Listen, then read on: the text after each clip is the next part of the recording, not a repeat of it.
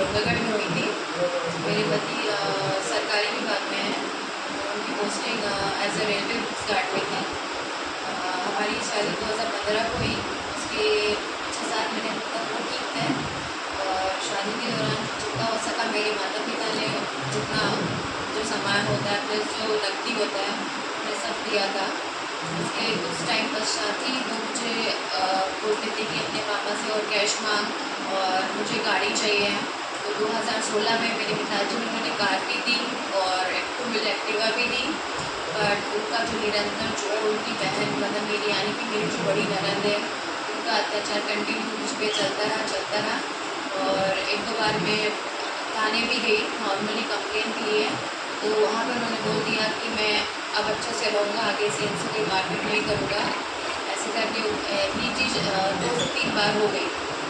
इस बीच 2018 में मुझे बेटी भी हुई और मेरी डिलीवरी रायपुर शहर में हुई थी। बात करने से मना कर दिया था कि हमें किसी प्रकार से कोई बातचीत नहीं करनी है। तो फिर मेरे पास एक ही ऑप्शन था, वो था कोर्ट जाना। कोर्ट जाके मैंने और अपनी बेटी का भरण पोषण के लिए अप्लाई किया। उसके बाद क्योंकि कोरोना का काल हो गया था तो उस कारण वो लंबा बहुत ज़्यादा सिस्टम हो गया था। तो जैसे तैसे 3 साल भटकने के बाद जब 2021-22 में जब मेरा मेंटेनेंस बना उसके बाद भी वो आदमी मुश्किल से उसकी जो 1 साल बाद वो आया।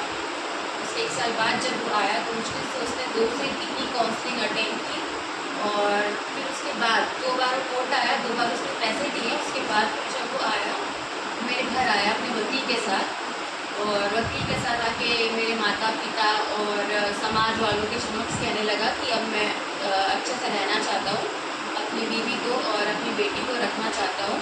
तो इस पर बहुत ज़्यादा सोच समझ के विचार विमर्श करके समाज वाले और मेरे खुद के माता पिता ने बोला कि एक बार जाके देख लो, हो सकता है कि ये वाकई में सुधर गया, रहना चाहता है करके। हमारी कोर्ट पे फिर एक काउंसलिंग डेट भी मिली थी कंप्रोमाइज़ डेट के नाम पे। तो वहाँ पे उसने अपनी एक शर्त भी रखी थी कि मैं आपको तभी रखूँगा अपने साथ जब आप कोर्ट से सारे अपने केसेस विड्रॉ करा लोगे तब, क्योंकि अगर आपको मेरे साथ रहना ही है तो फिर मेंटेनेंस का केस भी हो। तो वहाँ पर भी मैंने उसकी बात मानी और मेरे मैंने जिस चीज़ के लिए इतनी मेहनत की थी कोर्ट में घूमी हुई 3 से 4 साल, उसके कहने पर मैंने अपना केस विड्रॉ करा लिया। और जिस दिन मैंने अपना दिसंबर 16 को जिस दिन मैंने अपना 2023 में केस विड्रॉ कराया है उसके पश्चात ही वो मुझे कुछ सामान लेना था अपने घर से। तो मैंने उनको बोला कि मुझे आप घर तक छोड़ दीजिए, अपना सामान लेती हूँ और फिर हम साथ में चलेंगे बेटी को लेकर के।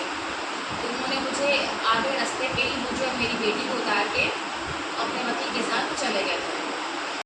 हाथ में मेरे घर से निकाला और बोला तुम ऐसी औरत के साथ क्यों रहते हो, ये तो अभी 4 साल बाद आ रही है, 10 जगह मुँह मार के आ रही होगी। ऐसे करके उन्होंने मुझे बहुत ज़्यादा मेरे चरित्र पे भी बुरी उठाई है। उन्होंने ये तक बोला कि ये बेटी उनकी भी नहीं है।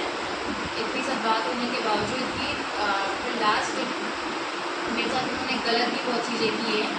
उसके बाद जब 25 जनवरी की बात है, 25 जनवरी के बाद उन्होंने मुझे घर से निकाल दिया फाइनली। तो मैंने अपने माता पिता को फिर ये बात बताई कि अब शायद मैं नहीं रह सकती हूँ और इनका जो अत्याचार है निरंतर बढ़ते जा रहा है। तो मेरी माता से मुझे डोंगरगढ़ लेने आई थी रायपुर से और मुझे और मेरी बेटी को लेके गई।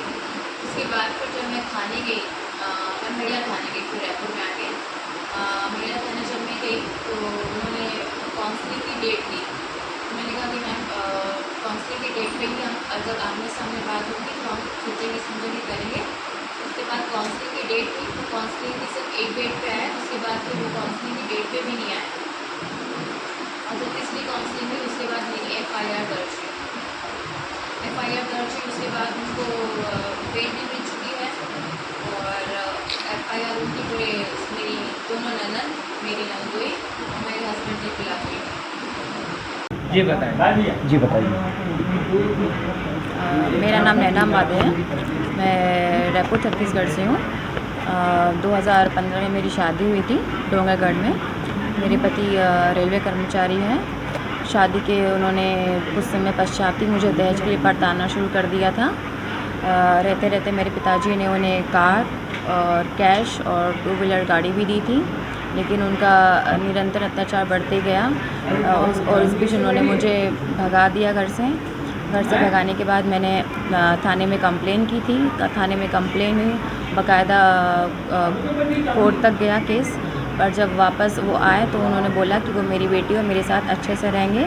उसके बाद उन्होंने मेरे सारे केस विड्रॉ करा लिए और मुझे अपने साथ दोबारा लेकर के गए ससुराल अपनी बेटी के साथ। और वहाँ पे फिर से उन्होंने मुझसे मारपीट, मेरी ननद, छोटी ननद, नंदोई, सारे लोगों ने मुझसे फिर से मारपीट करने लगे। उन्होंने बोला कि तेरे लिए, तेरी बेटी के लिए हमारे घर में कोई जगह नहीं है। जब तुम अपने बाप से 10 लाख कैश लेके आओगी तब तुम यहाँ पे रहना, क्योंकि तुम्हारे पापा डॉक्टर है, तुम्हारे पापा जी दे सकते हैं। तो अभी आप क्या चाह रहे हैं? अभी मैं नया चाहती हूँ। आपके हस्बैंड क्या करते हैं? वो रेलवे कर्मचारी है डोंगरगढ़ में। इसकी शिकायत की है? हाँ, FIR हो चुकी है। विभागीय शिकायत आपने की है रेलवे में? जी, विभागीय शिकायत आप रेलवे के उच्च अधिकारियों से की है क्या? उनको अभी तक नहीं है शायद। नाम बताओ। नैना अम्बादे। हेलो सुरेंद्र कुमार।